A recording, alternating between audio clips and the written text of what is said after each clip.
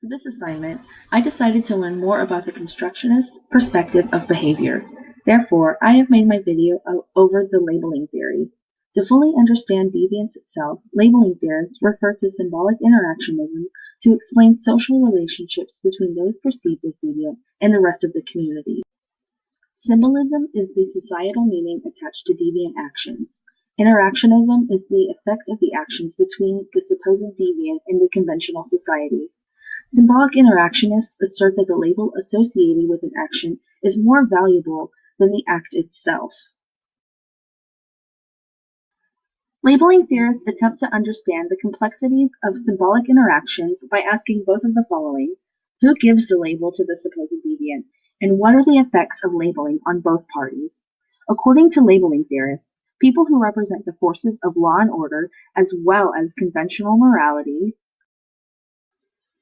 typically apply the deviant label to those who have allegedly violated that law.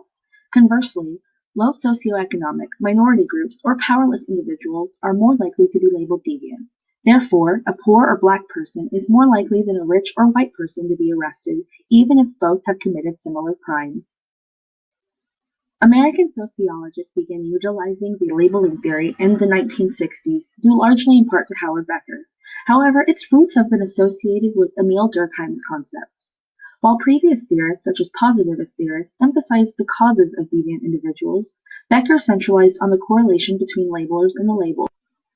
Once people are labeled deviant, the individual will begin to see themselves as deviant, thus leading them to continue committing deviant acts. Labeling theorists expanded on this concept by focusing on the process of becoming a secondary deviant, that is, someone who is not only defined by society as deviant, but considers themselves deviant as well.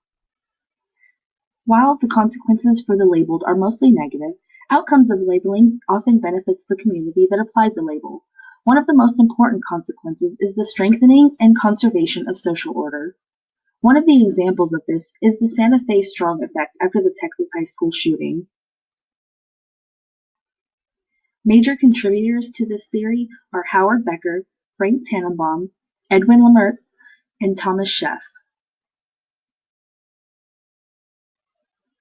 One problem with this theory is that it does not explain the causes of deviant acts in the first place.